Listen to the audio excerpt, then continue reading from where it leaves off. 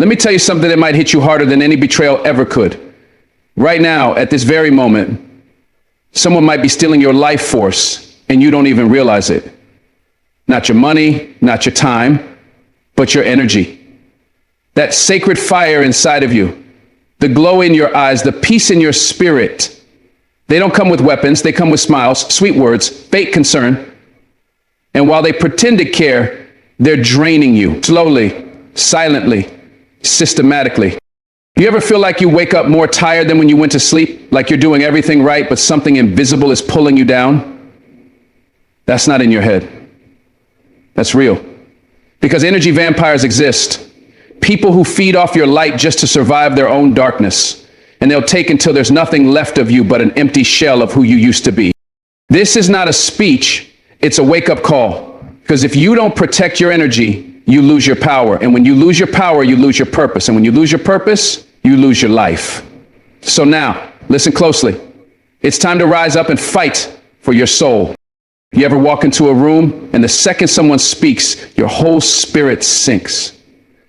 It's like the air gets heavier, your chest tightens, and you don't even know why. That right there, that's an energy drainer. Not someone having a bad day. No, I'm talking about people who make it a lifestyle. Folks who carry chaos like perfume and they spray it on everyone they meet. And if you're not careful, they'll label their dysfunction as your responsibility. They'll wrap it in friendship and love and blood ties, and before you know it, you're emotionally bankrupt while they're walking away full. Recognizing these people is not about hate. It's about survival. Because energy drainers don't need to curse you. All they need is your attention, your time, and your kindness. And they'll turn those gifts into chains. Some people only feel alive when someone else is struggling. They stir the pot and call it connection. They confuse closeness with control. You'll notice it in the way your mood shifts around them, the way your voice changes, the way your smile fades. That's your body speaking, telling you the truth your heart doesn't want to hear. Your body never lies. Your energy is your first language. And energy drainers are fluent in manipulation. They'll say the right things, but something inside you always feels off. You leave conversations feeling smaller, questioning your worth, apologizing for things you never did. That's not normal. That's not love. That's theft. And if you keep justifying it, they'll keep feeding off you until there's nothing left but regret and silence. You ever notice how some people always need something? Your help, your advice, your time, your presence. But when you're down, they vanish. No return calls, no check-ins, just silence. But the moment they need you again, boom, they're back like nothing happened. That's not a coincidence, that's a pattern.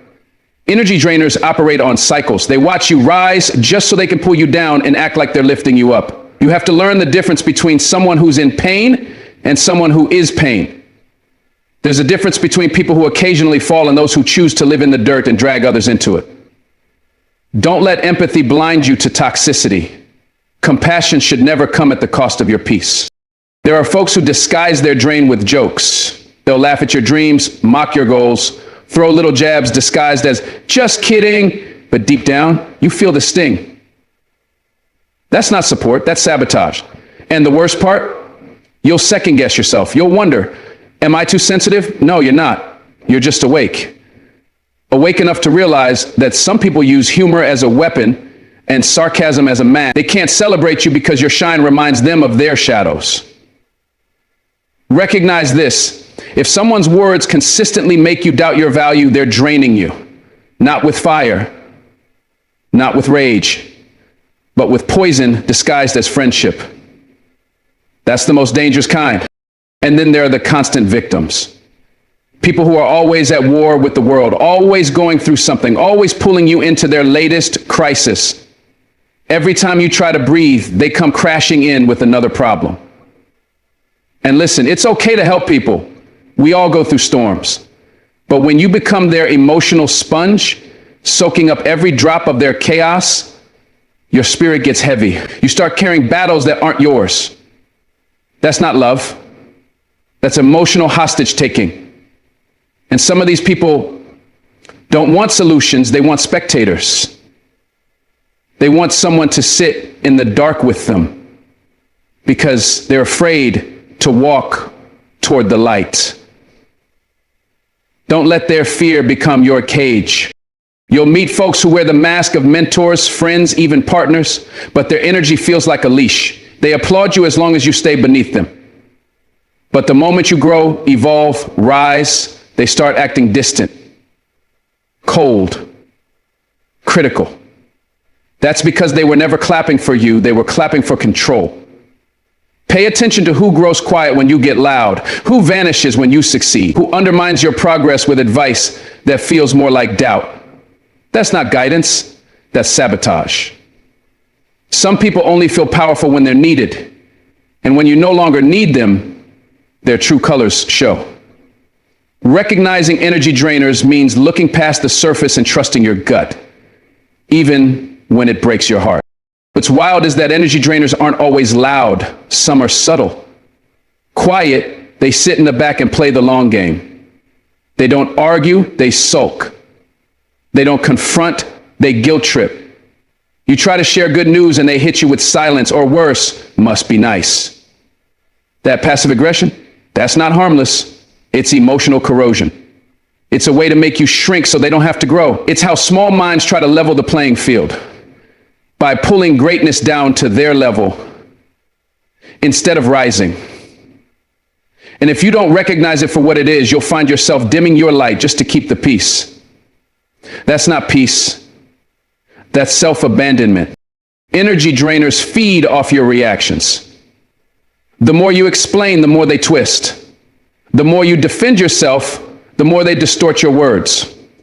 You'll start rehearsing conversations in your head before you even speak. You'll tiptoe, walk on eggshells, avoid eye contact, all in the name of keeping the relationship. That's not connection, that's imprisonment. A real connection doesn't require you to shrink, silence, or second guess yourself. When you recognize this pattern, you got to make a choice. Peace or pleasing. You can't have both. And the day you choose peace, that's the day the energy thieves lose access to your soul. Some of the deepest energy drainers? Family. Yeah, I said it. The ones you've known your whole life, the ones you feel obligated to because of blood. But hear me. Blood makes you related, not loyal.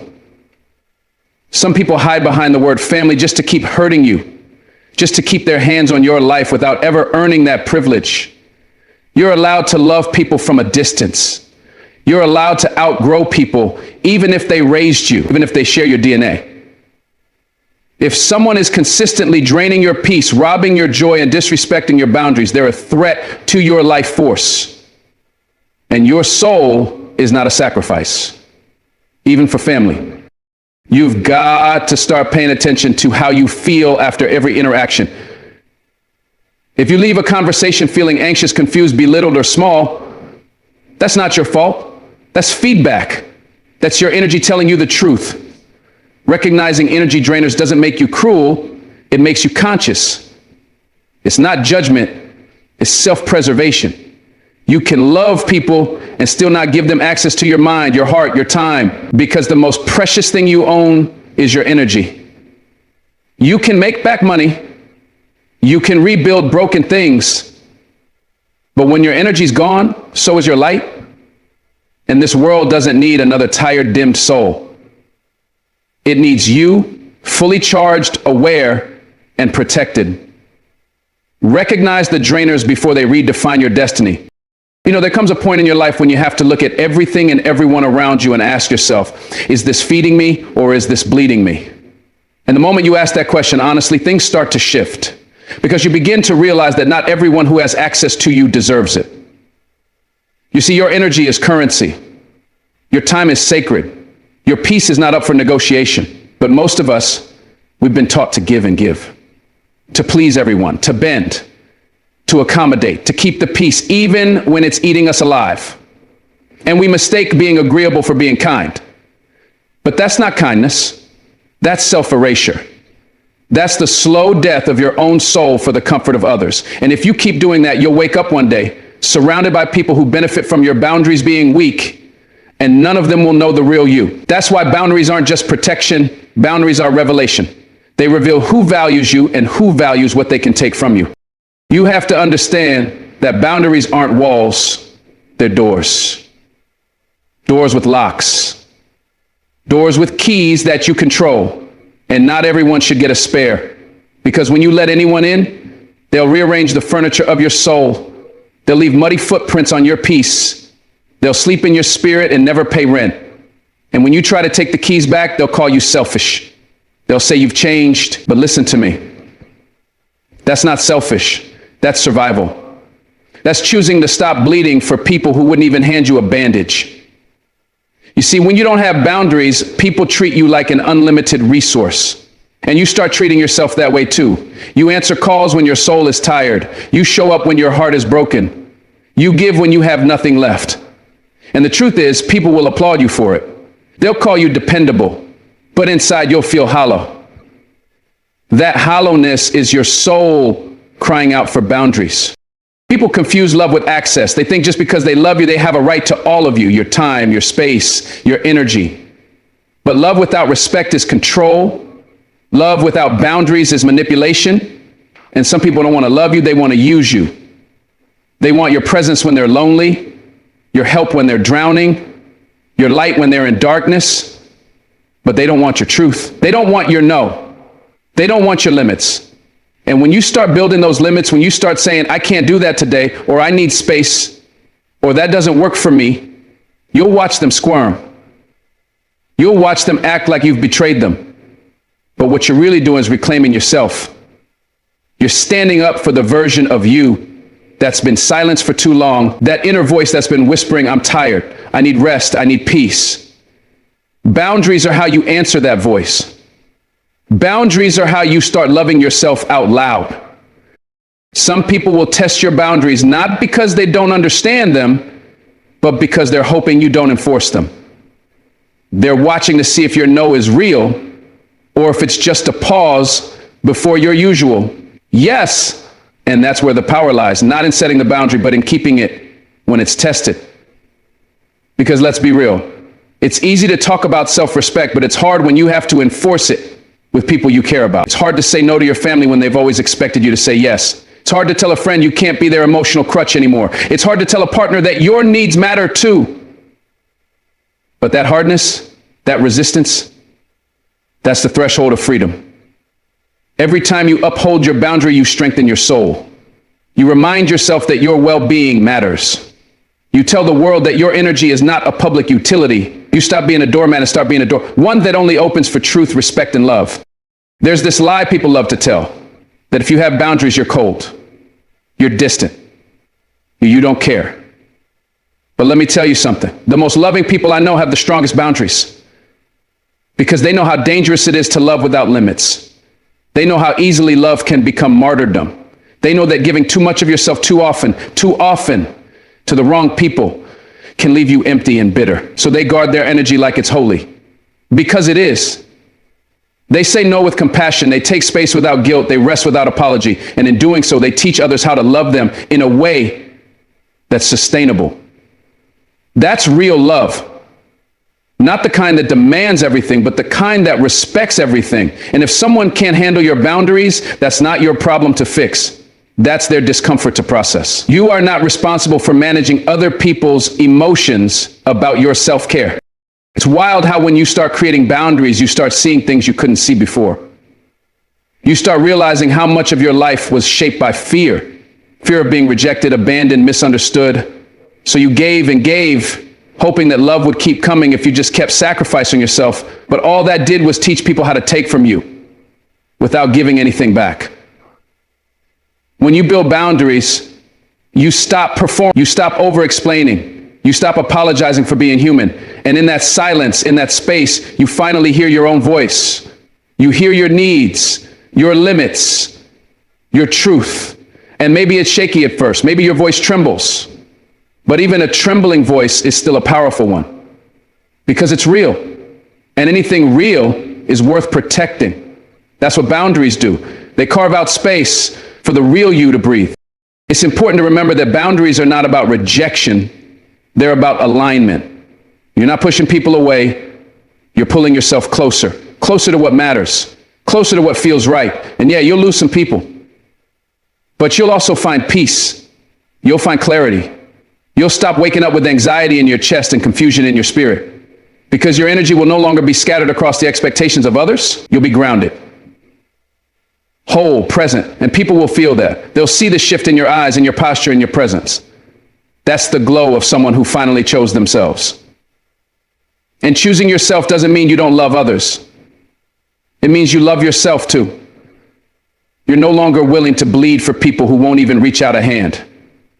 You're no longer entertaining conversations that drain you. You're no longer available for everything and everyone. And that's not arrogance. That's awareness. When you live without boundaries, your life isn't your own. Your schedule gets filled with other people's emergencies. Your heart gets bruised by other people's dysfunction. Your mind becomes a storage unit for other people's chaos. And you start forgetting who you are beneath it all. You start identifying yourself by what you can give instead of who you are. Boundaries restore that identity. They strip away the noise and bring you back to center. They say, this is where I end, and you begin. And in that clarity, there is freedom. You no longer have to carry everything. You no longer have to fix everyone. You can rest. You can breathe. You can simply be. And that being is sacred. That being is enough. The people who love you will honor your boundaries because they understand that a whole you is better than a worn out version of you. And the ones who don't, they were never truly for you to begin with. Every time you say yes when you mean no, a piece of you disappears. It's subtle. You won't always notice it at first, but over time you'll feel the fatigue, the bitterness, the resentment. That's your spirit waving a white flag. That's your soul asking for protection. And yet we push through. We smile through it. We keep showing up because we don't want to disappoint. But here's the truth. You're not disappointing anyone by honoring your boundaries. You're disappointing the version of yourself that thought self-sacrifice was love. And it's time to let that version go. You don't have to be everything for everyone. You don't have to answer every call, solve every problem, absorb every emotion. You get to choose who you give your energy to. You get to decide who sits at your table. And just because someone wants a seat doesn't mean they deserve one. Sometimes protecting your peace means shrinking your circle. And that's okay. Quality over quantity. Every time. When you start living with boundaries, you stop chasing validation. You stop living for approval. You stop needing people to understand your decisions. Because you know they're rooted in love for yourself, for your purpose, for your peace. And that love becomes your compass. It guides your words, your actions, your silence. You no longer overextend just to prove you're enough. You already know you are. Boundaries are a form of self-respect, and self-respect is magnetic. It draws in people who honor you and repels those who would drain you. So no, you're not too much. You're not too sensitive. You're not selfish. You're just finally awake. And once you're awake, there's no going back. You've seen the cost of living without boundaries. And you've decided that your life, your energy, your soul is too valuable to be on clearance. And from now on, everything must be paid for in full. Respect, truth, and love. Nothing less. There's something sacred about the moments just after you wake up and right before you fall asleep. These are the spaces where your soul whispers to you before the noise of the world can scream its demands. And yet, too many people give those golden hours away without a second thought. They roll over in bed, grab their phones, and invite chaos into their minds before their feet even touch the floor. They go to sleep scrolling through someone else's life, someone else's problems, someone else's energy, and wonder why they wake up tired, anxious, uninspired. If your morning and night belong to everything and everyone but you, then so does your day. You're giving away your power before you even step into your purpose. You're letting notifications set your priorities, letting social media dictate your mood, letting the world program your mind. But your energy is your responsibility. Your peace is your job to protect. No one will value your time more than you do. That's why guarding your routines isn't about discipline. It's about self-respect. It's about deciding that you are worth a few quiet moments of intention before the world comes knocking. Mornings set the tone. They are the ignition switch to your day. When you start them in a frenzy, you carry that energy with you. You rush through your breakfast, snap at your loved ones, forget what mattered to you, and enter the world already depleted. But when you claim your morning, when you wake up and take a few moments just to breathe, to stretch, to feel gratitude, you shift everything. You're not just getting out of bed, you're stepping into alignment. You're reminding yourself that your life is yours, that your energy doesn't belong to the demands of the outside world until you say so. Even 5 minutes of stillness in the morning can change your entire trajectory. Maybe it's a prayer, a journal entry, a deep breath while looking at the sunrise. It doesn't have to be dramatic, it just has to be yours. Your morning is your sanctuary. It's where you build the armor you'll need to face the noise of the world. If you don't control your morning, someone else will. And what about your nights? Nights are not just for rest, they're for healing. They are a chance to cleanse your spirit of the weight of the day. But too often we sabotage our own peace. We carry the stress of work into the bedroom. We replay every mistake we made, every conversation we could have handled better. We drown our silence in screens, scrolling until our minds are too tired to think. And then we wonder why But your night routine is not just about falling asleep. It's about letting go. It's about telling your soul you did enough today. You are enough. It's a ritual of release, a moment to decompress. It's where you thank the day for what it gave you and forgive yourself for what you couldn't do. When you end the day with intention, you sleep in peace. And that peace follows you into the next day. But if you end it in chaos, you drag that chaos with you. You don't just wake up tired. You wake up burdened. Guarding your nights is guarding your mental clarity, your emotional strength, your spiritual wholeness. People underestimate the power of small routines. They think if they don't have an hour for meditation or a perfect morning checklist, it's not worth doing. But that's not true. What matters is consistency, not complexity. It's in the small, quiet habits that transformation happens. The way you open your eyes and choose gratitude before anything else. The way you sip your coffee slowly, present, aware, instead of rushing through it. The way you light a candle at night or read a few pages of a book instead of diving into digital noise. These things might seem small, but they are everything. They are declarations. They are you saying, I am not a machine. I am a soul. Your routines reflect what you believe about yourself. If you believe you're worthy of peace, of clarity, of healing, you will build your routines around those truths. And if you don't, the world will decide for you. It will offer you distractions instead of direction, numbness instead of nourishment. But you don't have to accept that. There's a reason why the most successful, grounded people protect their mornings and nights like sacred ground. They know that how you begin and end your day is how you live your life. If your first thoughts are anxious and your last thoughts are exhausted, that becomes your cycle.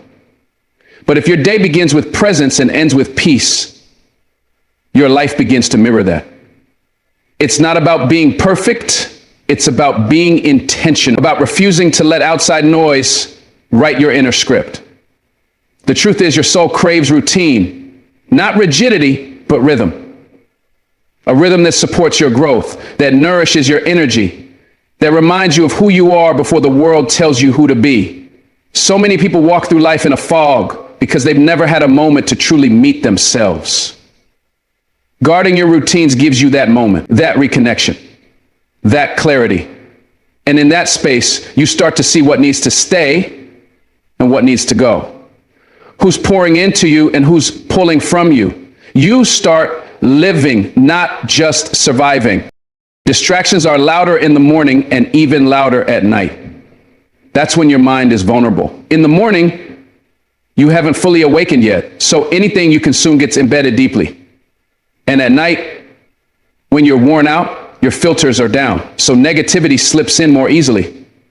That's why it's crucial to be mindful of what you allow into your mental space during those hours. Avoid waking up to stress. Don't open emails before you've opened your heart. Don't scroll through chaos before you've centered your thoughts. In the same way, don't fall asleep listening to arguments or watching violence on a screen. That energy doesn't just disappear, it follows you into your dreams, into your subconscious. Guard your inputs. Speak kindly to yourself. Speak gently to the people you love. Let your mornings be light and your nights be calm. You deserve that. You deserve to be the first and last voice that shapes your day, not the opinions of strangers. not the weight of the world. When you treat your routines with reverence, your life starts to reflect that reverence. You begin to glow from within. You're not reacting, you're responding. You're not chasing peace, you're creating it. The world may still be chaotic, but you are not, because you've anchored yourself in something deeper. And people will notice. They'll ask what changed. They'll wonder why you seem so grounded, so steady. And the truth is, it's not magic. It's management. It's spiritual management. It's emotional boundaries. It's knowing that your peace is too precious to leave unguarded. When your mornings are sacred, your whole day becomes a continuation of that sacredness. When your nights are peaceful, you carry less weight, and that weightlessness makes room for creativity, for joy, for presence. That's not just routine, that's a lifestyle. A lifestyle of alignment, a lifestyle of intention. We live in a culture that glamorizes hustle and glorifies exhaustion. But what's the point of success if you're too burned out to enjoy it? What's the point of reaching goals if your spirit is too tired to celebrate? Guarding your routines is how you fight back against the lie that your worth is based on how busy you are. It's how you tell the world, I am more than my productivity. It's how you tell yourself, I deserve care too. That care doesn't have to be elaborate. It could be a prayer, a slow walk, silence, stillness, a moment to reflect on what you're grateful for, even if it's just being alive. That kind of care adds up. It reshapes your nervous system. It rewires your thoughts. It creates a baseline of peace so that when chaos comes, and it will, you have something steady to return to. Your routines become your refuge. And in a world that tries to keep you spinning, a place of refuge is everything. It's easy to say, I don't have time for routines, but the truth is, you make time for what you value. And if you don't value your peace, no one else will. If you don't value your energy, it will be spent for you. There's no magic number. 10 minutes of presence is better than an hour of mindless activity. You don't need perfection. You need permission. Permission to pause, to breathe, to reset. You need to know that it's okay to step away from the world and into yourself. That it's okay to not be available all the time. That your phone can wait, that your to-do list can wait, but your soul, it can't wait anymore. It's been asking for space, asking for quiet, asking for care. So give it that. Make it non-negotiable. Make your morning and night routines your sacred time, because in that space, you're not just preparing for the day or recovering from it. You're building the life you were meant to live. And maybe it feels strange at first. Maybe sitting in silence makes you uncomfortable. Maybe not checking your phone feels like withdrawal. That's normal. We've been trained to feel every moment. But healing happens in stillness. Growth happens in space. Insight happens in quiet. When you guard your routines, you're choosing not to numb anymore.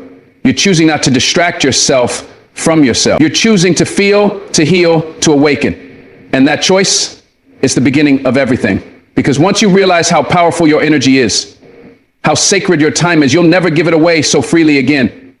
You'll guard it like gold, because it is. And your mornings and nights are the vaults that protect that gold. Start today. Wake up with intention, sleep with peace, and everything in between will begin to change. Not because the world changed, but because you did. You chose you. And that choice will echo through every part of your life. Some people don't love you, they just love what they can get from you. And the moment you try to set a boundary, they don't react with understanding. They react with guilt. Not their own guilt, but the guilt they throw onto your shoulders like a heavy coat you didn't ask to wear. These are guilt manipulators. People who twist your love, your empathy, and your kindness into weapons against you. They play the victim when you're just trying to protect your peace. They cry foul when you're simply trying to breathe. And slowly you begin to question yourself. Am I the selfish one? Am I being too cold? Am I abandoning someone who needs me? But let me tell you, choosing your peace over manipulation is not selfish. It's survival. These manipulators are not looking for connection. They're looking for control. They want to keep you tethered by your own goodness. And that's the cruelest trick of all, using your heart against you. That's why you have to cut them off. Not with hatred, not with vengeance, but with clarity, with finality, with a quiet, unwavering decision that your energy will no longer be a playground for their games. You don't owe loyalty to someone who's poisoning your spirit. Just because someone's been in your life a long time doesn't mean they deserve access to your mind and heart forever. History doesn't guarantee harmony, and guilt manipulators know this. They weaponize your past. After all I've done for you, they say, you're just going to walk away? But what they've done for you is often conditional, transactional, and laced with unspoken expectation. They help you so they can own you. They support you so they can say they built you. But love doesn't keep score. Real love doesn't ask for repayment through submission.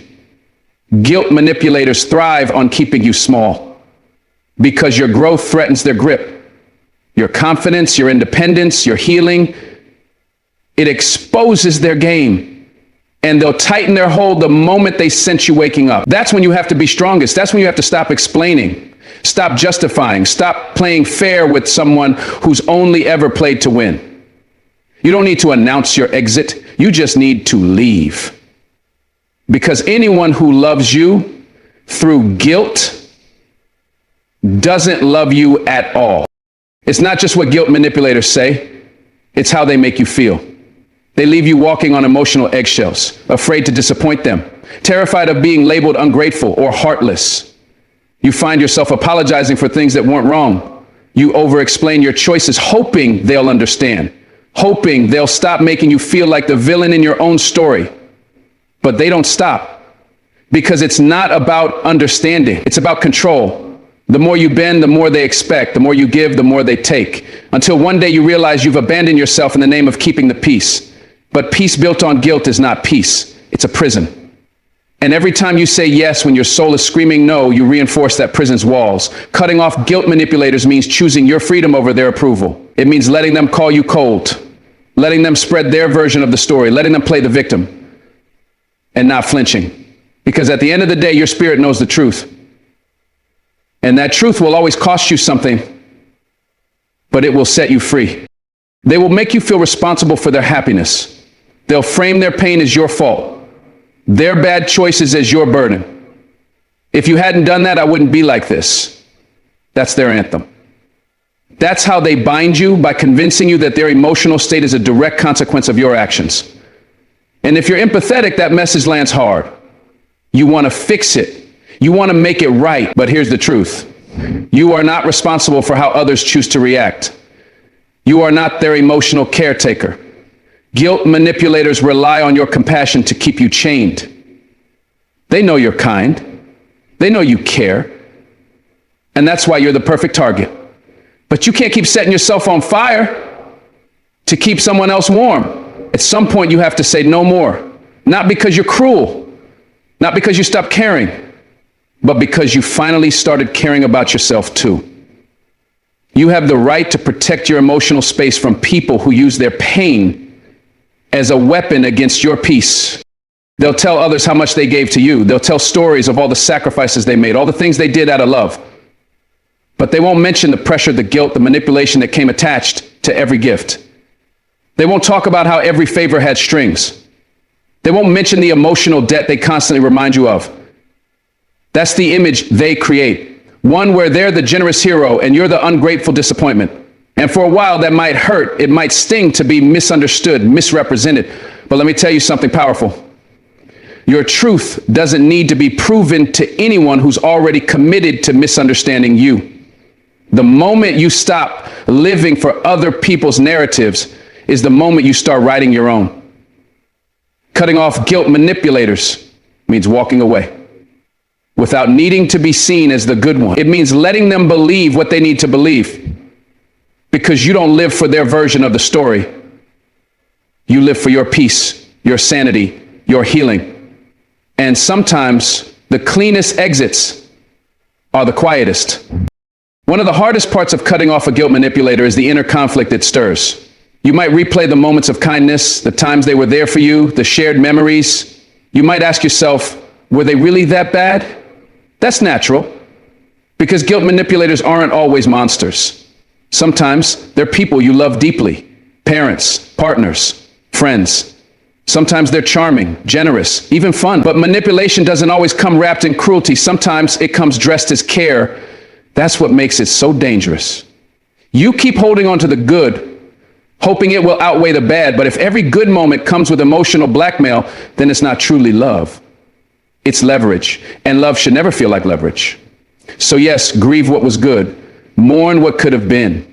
But don't let nostalgia blind you to the harm. Don't let the occasional sunshine make you forget about the storm. You're allowed to miss someone and still know they weren't healthy for you.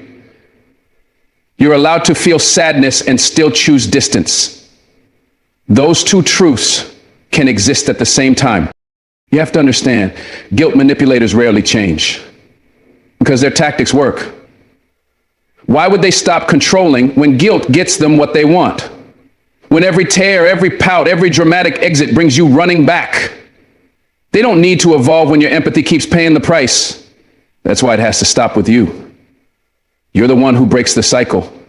And that's not easy because it means holding the line when they cry. It means staying silent when they bait you with drama. It means resisting the urge to rescue them from consequences they created. It's choosing not to answer the late night texts, not to defend yourself when they badmouth you, not to return to the emotional tug of war that's been draining your soul. It's hard. It's lonely, but it's necessary. Because every time you break your silence to comfort their chaos, you teach them that guilt still works. And they'll keep using it until it doesn't. When you stop responding, they'll escalate. And then eventually they'll move on. Not because they've grown, but because they can no longer extract energy from you. And that is a victory. There is a strength in silence. When you stop justifying yourself, stop defending your decisions, stop feeding the drama, they lose power. Guilt manipulators live off your reactions. They need your energy to validate their manipulation. But when you detach, when you go quiet, when you protect your peace like a sacred flame, they're forced to sit with their own behavior. They may lash out. They may play the victim louder than ever. But that's not your concern. Your job is not to fix them. Your job is to heal you. Your silence is not weakness. It's wisdom. It says, I no longer participate in this cycle. It says, I choose peace over performance. And eventually your soul begins to breathe again. The fog clears. The weight lifts. And you realize how much energy you were spending just trying to keep someone else emotionally regulated. That's not your job. That's not your role. Your role is to protect your light. And sometimes that means closing the door and walking away, no matter how loud they scream from the other side. There will be days when you doubt your decision. Days when the silence feels heavy. When the guilt starts creeping back in like a shadow. You'll wonder if you were too harsh, too cold, too unforgiving. But I want you to remember this. Protecting your peace is not an act of cruelty. It's an act of self-love. You didn't cut them off out of hate. You cut them off because they were stealing your joy, your clarity, your sanity. And while healing isn't always loud or dramatic, it is powerful. Every day you choose yourself. Every day you resist the pull of old manipulation. You're building a new foundation, one that's rooted in truth, in strength, in freedom. You'll meet new people who don't play games with your heart. You'll find relationships that don't thrive on guilt, but on mutual respect. And you'll look back one day and realize the moment you let go of them was the moment you finally came back to you. You were not created to live under emotional blackmail. You were not meant to carry guilt that doesn't belong to you.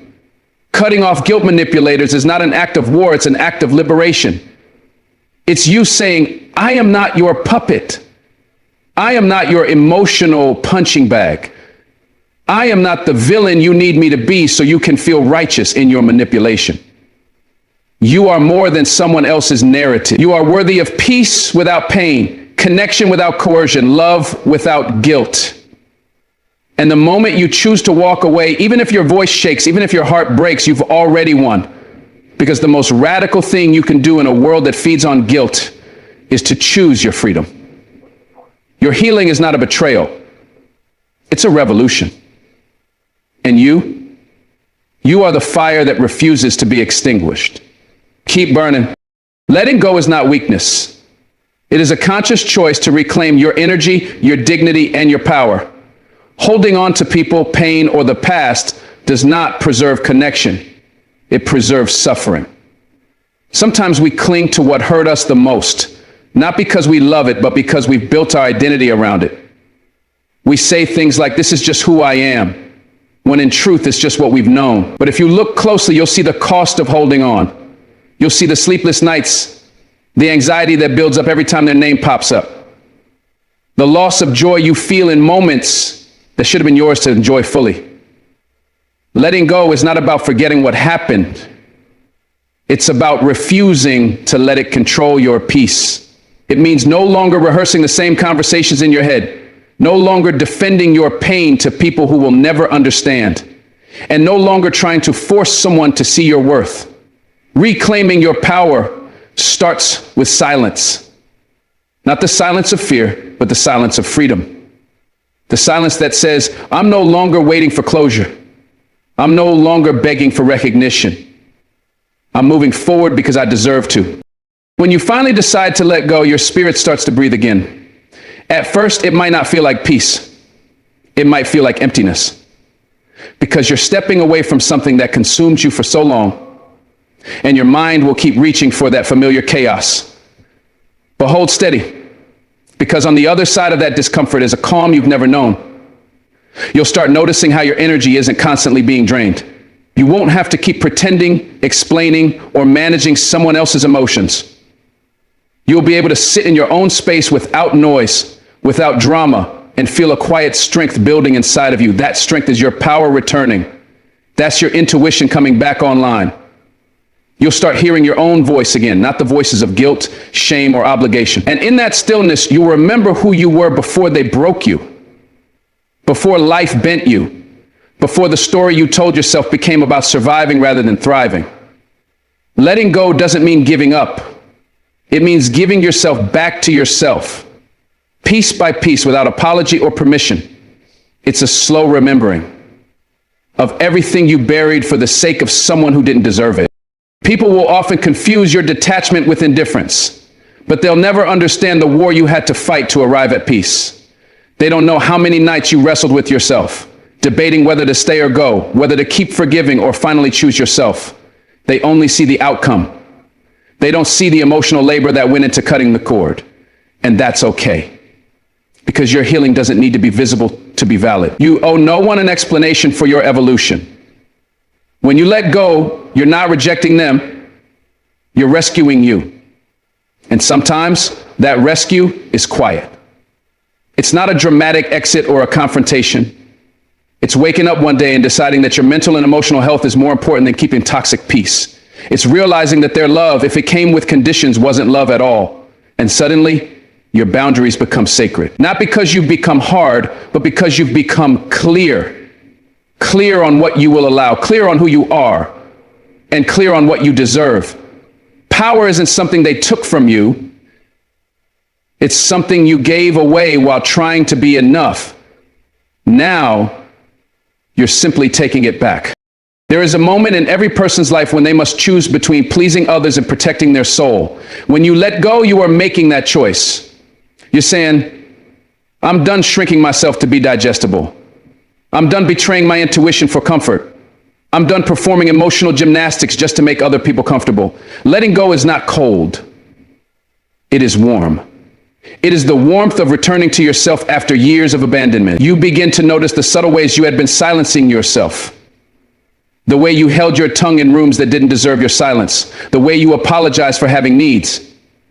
The way you rationalized disrespect and called it compromise.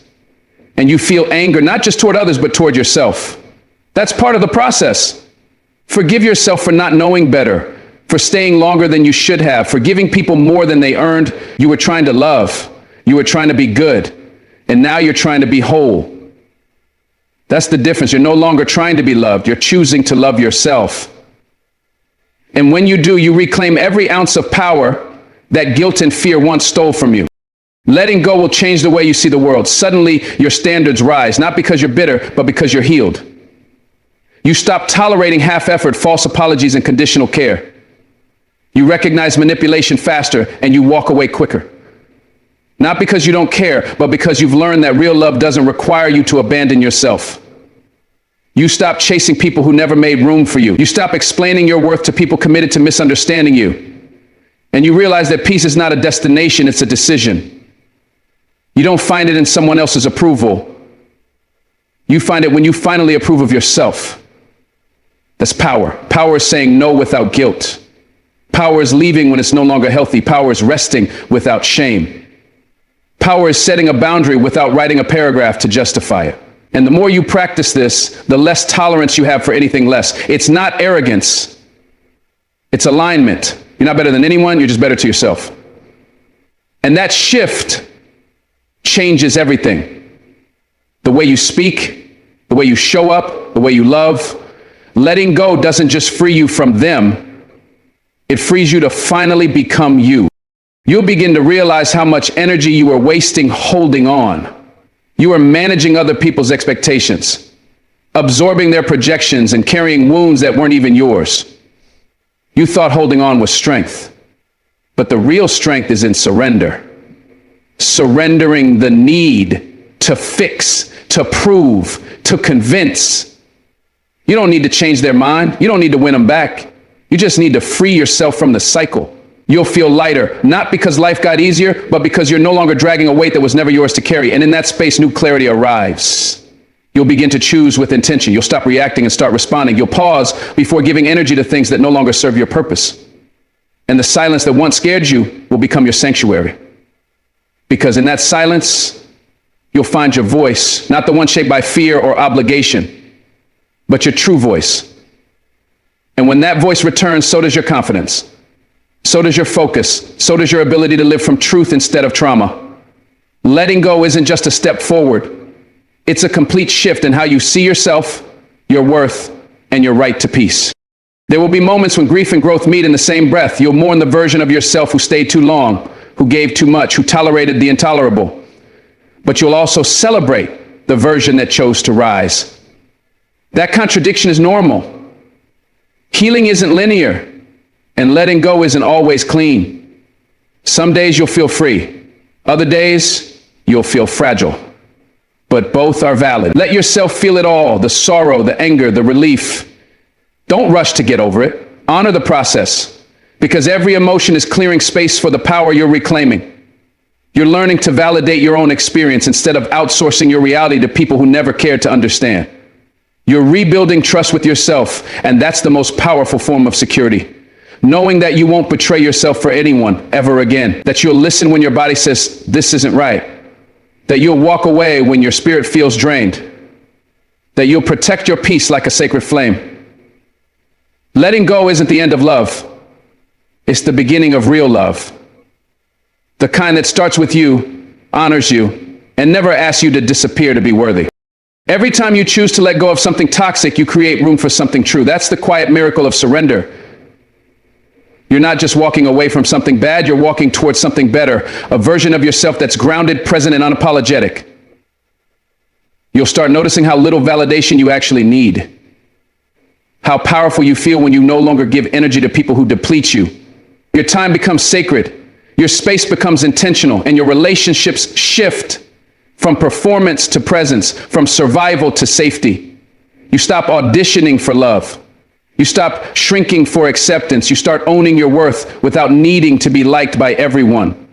That's what letting go does. It clears the fog. It sharpens your vision. It invites in clarity, purpose, and joy. And people will notice. Some will say you've changed. Let them. Change is the evidence that you refuse to stay broken. You chose to evolve, to rise, to be reborn. And the more you lean into that truth, the more natural it becomes to release what no longer aligns, not with anger, but with love, not with bitterness, but with boundaries. You're not escaping, you're arriving. Fully, deeply, and powerfully. The people who once controlled you through fear and guilt will try to re-enter your life the moment they sense you're moving on. That's the test. That's where you find out how far you've truly come. Will you open the door again for old patterns? Or will you protect the progress you've made? Letting go isn't a one-time decision. It's a daily choice. A decision to choose your peace, even when your past comes knocking. A decision to stay grounded, even when nostalgia tempts you with edited memories. You have to remind yourself of why you left, of what you learned, of who you became. And that reminder becomes your armor. You no longer fall for sweet words that come with sour intentions. You no longer confuse attention for affection. You see through the masks and you walk away before you're pulled back into the storm. That's power.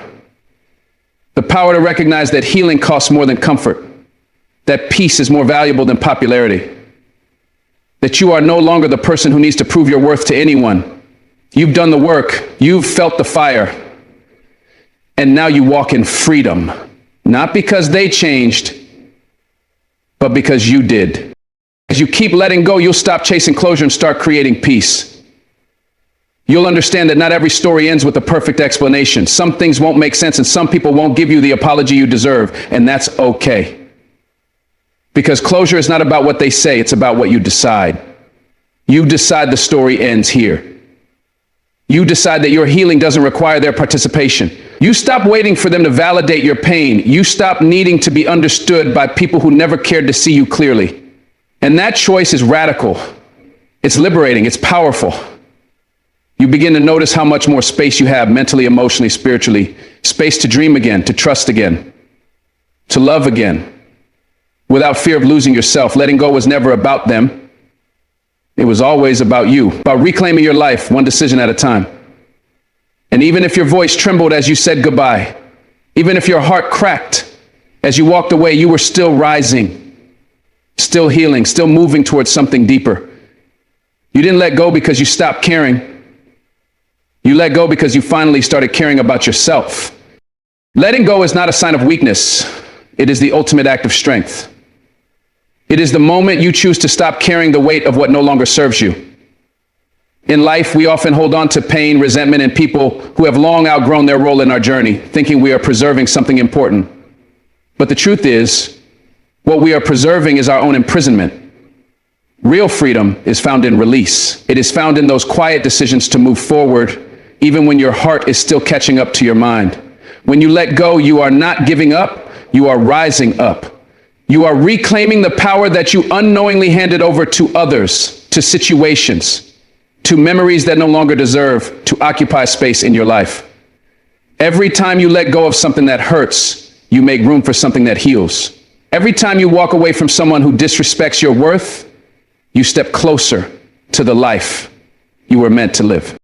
You don't need to carry everything. You don't need to explain your healing. And you certainly don't need to feel guilty for choosing peace. What's gone was a chapter, not the whole story. Reclaiming your power begins with believing that you deserve better, even if you can't yet see what's next. Sometimes the greatest transformation comes after the greatest surrender. So breathe deeply, let the past fall away, and walk forward with strength and clarity. Let your silence speak louder than your pain ever could. Let your healing roar from the quiet strength within. You come this far not to stay in the same place, but to evolve. You are not who you used to be, and that's your power. Thank you for being here. Stay strong, stay true, and above all, stay free. God bless you.